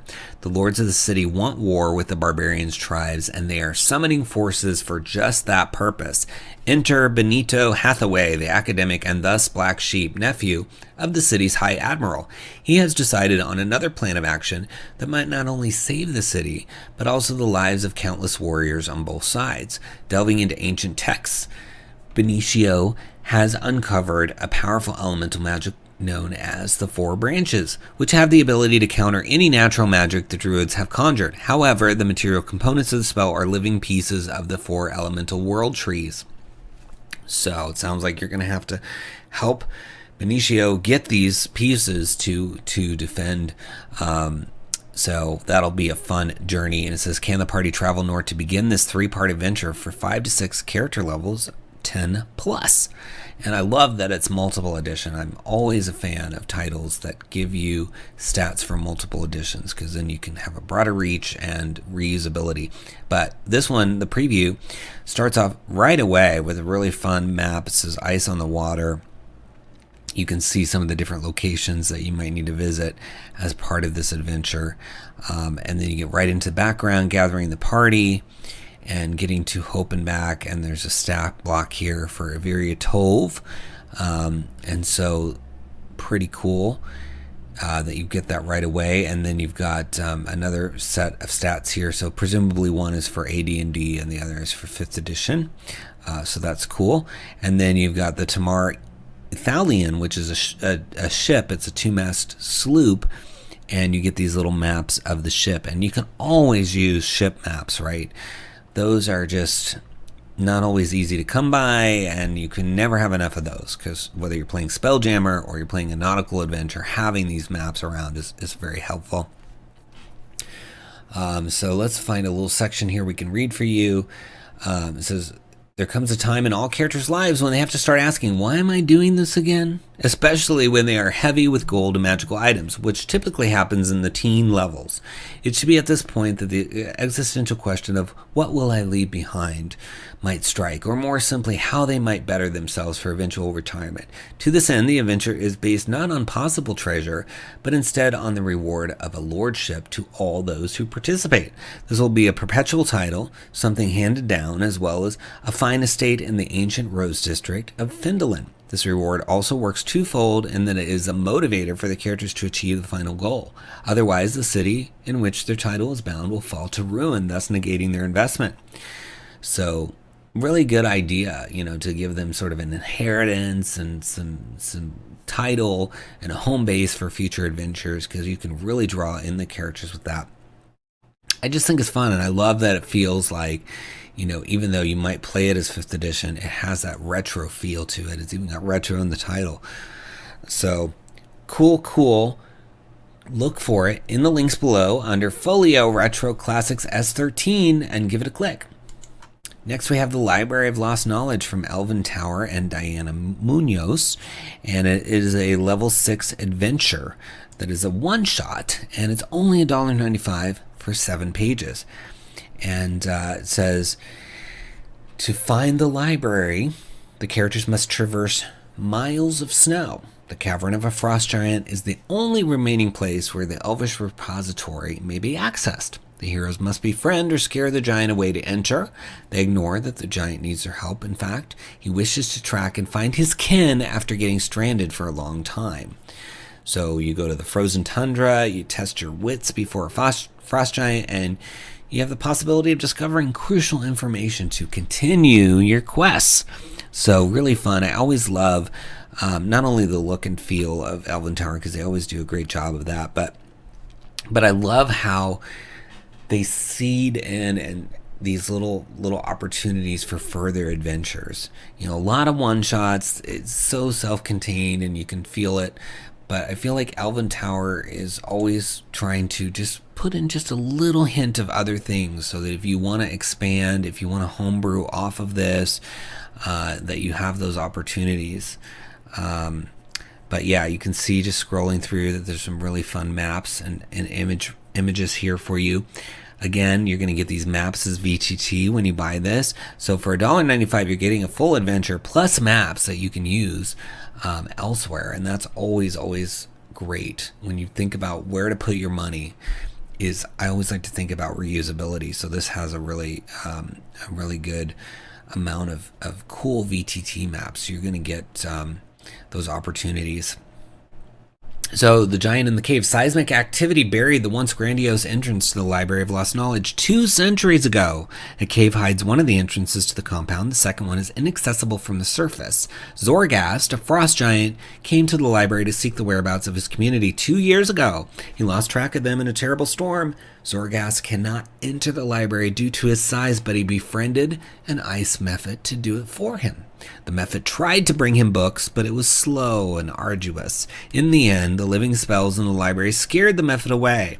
𝙤𝙤 was left without recourse, but 2 months ago, an expedition of researchers came to the library and found 𝙤𝙤 in the cave. Afraid of him, the guards attacked. They perished trying to scare 𝙤𝙤 away. The rest of the expedition scattered into the frozen wilds and the library. So you can kind of see the setup, right? You've got this giant who's trying to get to this library and can't get in there, and there's all sorts of wonders, including, it sounds like, living spells inside this lost library. So really cool. Got arcane auras to deal with arcane storms. You can take some of these effects out of here, right, and put them into other things. Again, more reusability from Elvin Tower. So it says, arcane auras. A spellcaster detects a strong magical presence in the library with a DC 14 Arcana check. A detect magic spell reveals strong conjuration and evocation auras. Casting spells within the library may have unexpected effects, such as the spell fails and the spell slot is lost, a random spell of the same level is cast, the spell goes off normally, or the spell is cast as if it's one level higher. So you can reuse this mechanic in another magical place, right? And it's all for $1.95. You're going to have this on hand to be able to redo that somewhere else as well. It's perfect here.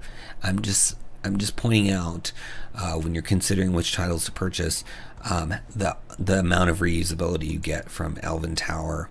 And then there's the printer friendly black and white version, so you can print off stuff easily, and of course you get those high res maps as well. So I think you need this in your library.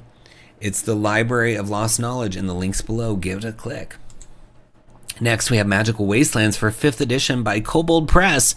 $3.99 for these 16 pages. Author Ben McFarlane and Brian Susskind. And it says, introduce weird landscapes riddled with arcane hazards, warped creatures, and lost treasures with Magical Wastelands for 5th edition. There's twisted environments ready to drop into your world, accompanied by new foes, hidden rewards, and story seeds to entice adventurers.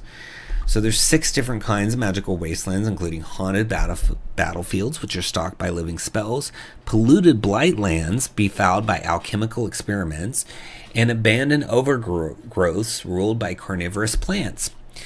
And you can just basically enter wild new worlds with this book. And I love magical hazards, things that make the landscape feel fantastical. You know, it is D&D, it is a fantasy game, right? So if it doesn't feel like it's different than the real world, then people aren't going to enjoy it as much. They're not going to want to play. So things like this are going to make people feel like they're not just walking through a pine tree forest, right? You want to get beyond that. You want to have things that go, I could not experience that in real life. The reason I'm playing this game is I cannot go to a haunted battlefield in real life and experience living spells. At least I don't think you can. Maybe some of you listening have, but generally you cannot go to these magical wastelands in real life. So very cool concept for a book. And of course, always Kobold Press makes really well laid out, easy to read, easy to absorb books. So you've got these just gorgeously positioned stat blocks, nice amount of white space so your eyes aren't bleeding trying to find out, okay, what are the stats for the Living Starfall, right? Some third-party publishers, they cram it all in and it's just really hard to read. So I always appreciate the care with which Kobold Press puts into these pages to make sure that you're going to have a good experience. So the Living Starfall is a CR7, and it's got this thing called Spell Mimicry, which recharges on 5 and 6. This is the living spell creates 5 bolts, each targeting one creature or object within 60 feet. Multiple bolts may target the same object. Each targeted creature must make a dex saving throw, taking radiant damage and being knocked prone and blinded on a failed save, or half damage and no additional effects on a success. Excess bulk strike the ground harmlessly. So that's cool that they even cover what happens if there's extra bolts, because you may not always have the right number of targets, etc. And then there's some other living spells that they're recommending that you could create. So they're giving you just several examples of stories that you can use. So the Starfall spell came from the Midgard Hero's Handbook, and they've turned it into a living spell. And then they've got Detonate Corpses from Deep Magic, another one of Kobold's books. And so that's another fun one. But it says, popular culture and memoir alike pronounce war is hell. J.R.R. Tolkien is said to have written The Lord of the Rings partially in response to his experiences during World War I. The horrors of conflict should never be minimized, but in the course of your game, your characters might come across the remains of a fantastic battlefield. What would it look like? What might they find? While modern weapons may not exist, spellcasters fling magical effects. Monstrous creatures rampage and alchemical concoctions corrupt. Any or all of these might create an otherworldly landscape left to swirl alongside the unquiet dead. So you see they're really helping you understand the origin of these magical wastelands, so that it's not just like, oh, you're walking into this area and there's these effects. No, there's a history to it that you can also homebrew with the help of this book. So you understand, okay, a bunch of creatures died here, but now there's living spells that are haunting it. It says, while the adventurers might tackle 2 or 3 skirmishes in the course of their day, they rarely engage in the kind of hours-long conflicts in historical record like the Battle of Agincourt, where enemies fought for 3 hours, or the 3 days of battle at Thermopylae at spectacular cost. And just as the emperors of Constantinople deployed Greek fire against their enemies, rulers of fantasy realm will seek ever more effective ways to turn magical advantages into battlefield weapons.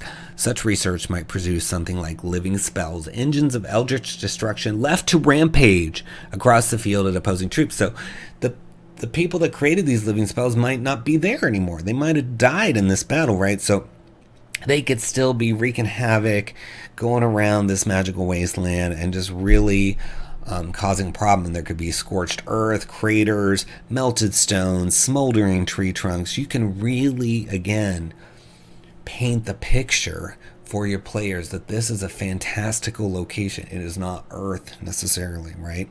So I love that. I love books like this that really help you paint that picture, help you craft a world, make it feel special, make your adventure stand out. I mean, there's going to be lots of just little engagements, right, with creatures, but to come upon something that already happened, or maybe it's a polluted blight land where there's been some experiments happening, or abandoned overgrowths, or maybe people fled because the plants were just going crazy. They became carnivorous, right? So all of that is waiting for you inside Magical Wastelands. So you've got to look for it in the links in the video description and click on it.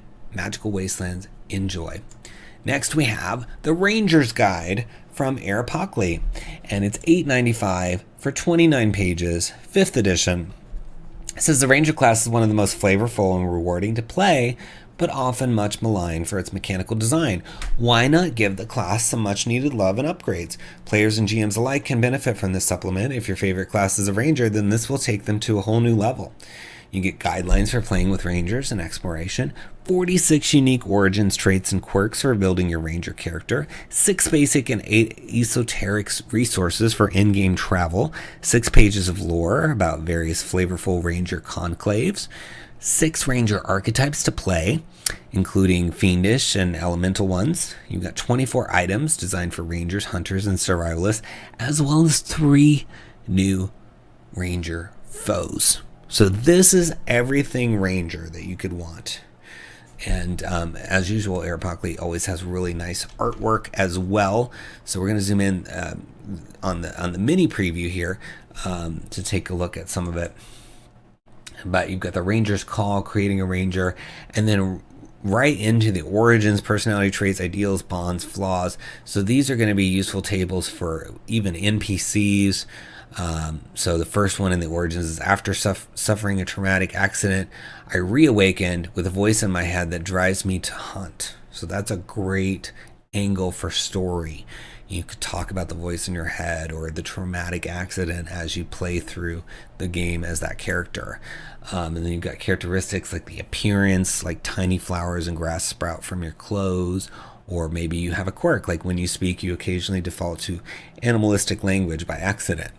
So you could be talking and then all of a sudden meow or something, and maybe you use it for emphasis. Maybe you make certain growls or things after you say certain things, like, if I bark after this, that means I'm really angry or whatever, right? So could really have fun with it. And then it says exploring with Rangers. As presented in the 5th edition core rulebook, the Ranger has many benefits for exploration, but the game offers vague guidelines for that activity. This section presents some simple ideas to draw more attention to the Ranger without implementing excessive new rules, such as creative use of ability checks and added depth to travel. If this is insufficient, consider using the many other available custom supplements written by other authors. So as adventuring party travels often, but the process can be unpredictable or mundane, to add interest to this activity, try designing it around meaningful choices using the following steps. So determine the player's goal, their resources, the other choices, and then you can use what they have here to make the Ranger a key part of it. So there's navigation. When a Ranger benefiting from Natural Explorer chooses to make an ability check to avoid getting lost, the Ranger finds a shortcut on a success, but becomes briefly lost on a failure. So the Ranger is central to that navigation, to that travel in this design here. And you've got what happens on a fail or a success, basically. And then foraging. When a Ranger benefiting from Natural Explorer chooses to make an ability check to forage, the Ranger finds a rare herb or berry on a success, but finds only half as much food on a failure. And then there's others, tracking, alerts, etc., that you could deal with. And then you've got conclaves in here. I mean, this is just a treasure trove of stuff for anybody at all who enjoys Rangers Or maybe if you're a DM and you've had a bunch of players come through your table, but nobody ever wants to play a ranger because they feel like it's neglected or underpowered or whatever, right? You can use this book to amp it up, give them something that makes it come alive for them. I love this. And as always, 𝙤𝙘𝙀𝙀, the art is just stunning. So check it out. It's under the Ranger's Guide in the video description links. Give it a click. Next, we have Wondrous Stores, 50 illustrated locations suitable for any fantastical setting: armorers, hairdressers, grocers, tailors, gardeners, and more. So it's system neutral, but works well with D&D, Pathfinder, all of those fantasy games that you have out there. And it's got commercial establishments that are pretty much ready to use. There's 50 illustrated cards, so you get locations, NPCs, items, and plot hooks. And unique merchants, from armorers and blacksmiths to shoemakers, trappers, bowyers, cartographers, etc., to really help you. And it says, are the characters wandering into a new town and looking for places to spend their hard-looted gold? So you can just pull a card and say, oh, the shop is this, right? Introduce the ranger to the stuffy exploration society to show them who really knows how to survive in the wild. Indulge the necromancy curious wizard with the eldritch library and their shady clientele, etc. So each one of these cards could lead to really fun adventures, and it is $6.99 for 52 pages, and it's from Double Proficiency, and they've done a series of cards that we've covered on the show. This is the first one I think we've seen from them where it's focused on stores, but they always have some really fun ideas in their product, I think, that are very stimulating and can get you thinking to create in your campaign. So you get to see quite a few of the cards here in the free preview. So the first one, Govern's Hiking Goods. This unassuming rustic store near the center of town is filled to the brim with shelves containing everything a self-respecting adventurer could need, from dry rations, warm clothing, and sturdy backpacks to lengths of rope, hooks, and walking sticks. The owner is a well-traveled, elderly man who still prefers to wear the threadbare ranger's attire instead of a trader's apron. Though he rarely leaves the town nowadays, Govan collects rumors and stories from his clients to keep up to date, making his knowledge of the land priceless for anyone wanting to journey forth. So really cool. That there's you don't think about a hiking goods store, but that could be a really cool option. You got Tent Travaganza, Simple Grocers, Venture Forth, Shoehorn's Workshop, The Axesmith, Horseshoes, Armorer Are Us, Elven Crafts, Enchanted Anvil. So the Enchanted Anvil, this smithy sits by a dilapidated tower once inhabited by a mage. Nowadays, the tower's owner spends his days working the anvil, practicing his skill with the hammer by taking orders from locals and travelers alike. Even though the mage is elderly, his body is ripe with powerful muscles, and he moves with the spry step of a man half his age. When asked, the wizard happily explains that he was always annoyed by having to buy jewelry for his enchanting art, and so one day he took up the hammer himself. So great backstory, right? You can see how this really will help you give some flavor. Maybe you have a huge city, and you just need all these little points on the city to be fleshed out and explained so that everybody can get the feel of what surrounds them, what resources are at their fingertips by being in Waterdeep or whatever town, right? And this you can just draw it randomly.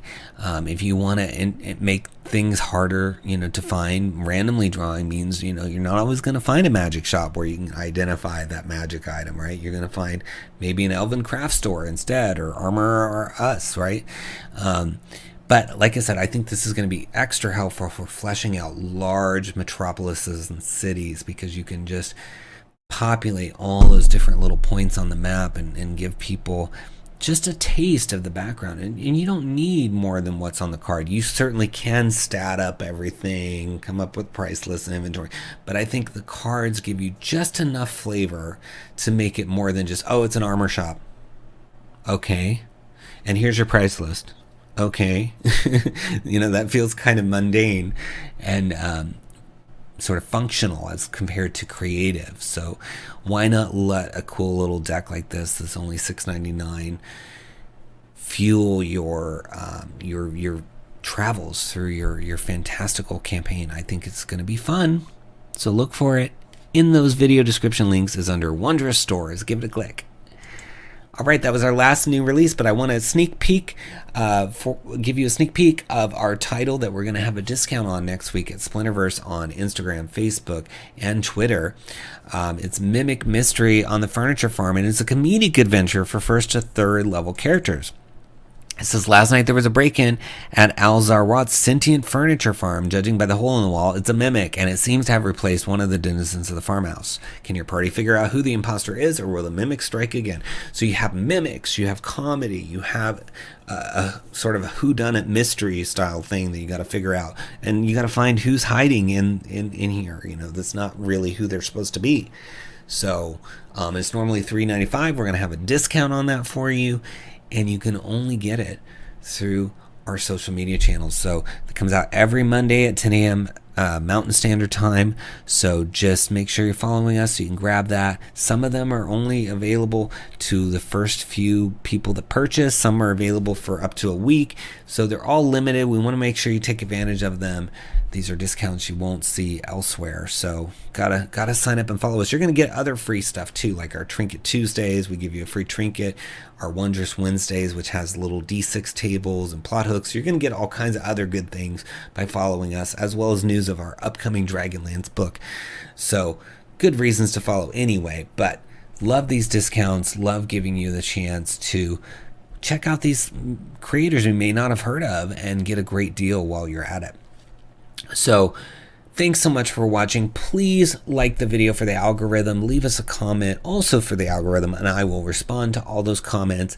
Share the video out there, subscribe to the channel, and click those links in the video description to support all of these creators. Can encourage them to keep going. They really value your purchases. It inspires them to keep making products. And every purchase, even if it's not something that we talked about on this episode, is going to give us a small affiliate fee to help this channel. So we appreciate that greatly. And if you really want to help us, we've also got 6 books of our own down there in the video description that you can check out, or you can go to splinterverse.com to learn about all of our books, including Swarms of the Multiverse and Feywild Companion, Potions Unlocked, and all of our other great titles. So check those out and let us know what you think. We're always open to feedback as well. And if you're a creator watching this, I hope you just stick with it this week. Keep going. Maybe set a small goal. Just, I'm going to write 3 spells, or I'm going to write the first chapter of my adventure, or I'm going to do an edit of what I wrote yesterday, or whatever it is. And just chunk it out. When you set your goal as climbing from the bottom of the mountain to the top of the mountain, that can be really hard to do, especially if you don't give yourself enough time. So sometimes doing bite-sized goals is the way to get to the top of the mountain or the finish line. So try it. See if it helps you. See if it's more achievable to say, okay, I'm going to spend an hour. I'm going to spend 2 hours. So that would be something to give a whirl and see if it makes a difference in your world as a creator. And remember, we out here want to see what you create. We're looking at these titles. We look at every title that comes out and pick some for this series every week. So we're interested. We're going to be watching. And I really appreciate all of you creators and adventurers that watch this show. It means a lot to me. I really enjoy doing it for you every week. So stay tuned for more. And until next time, happy adventuring.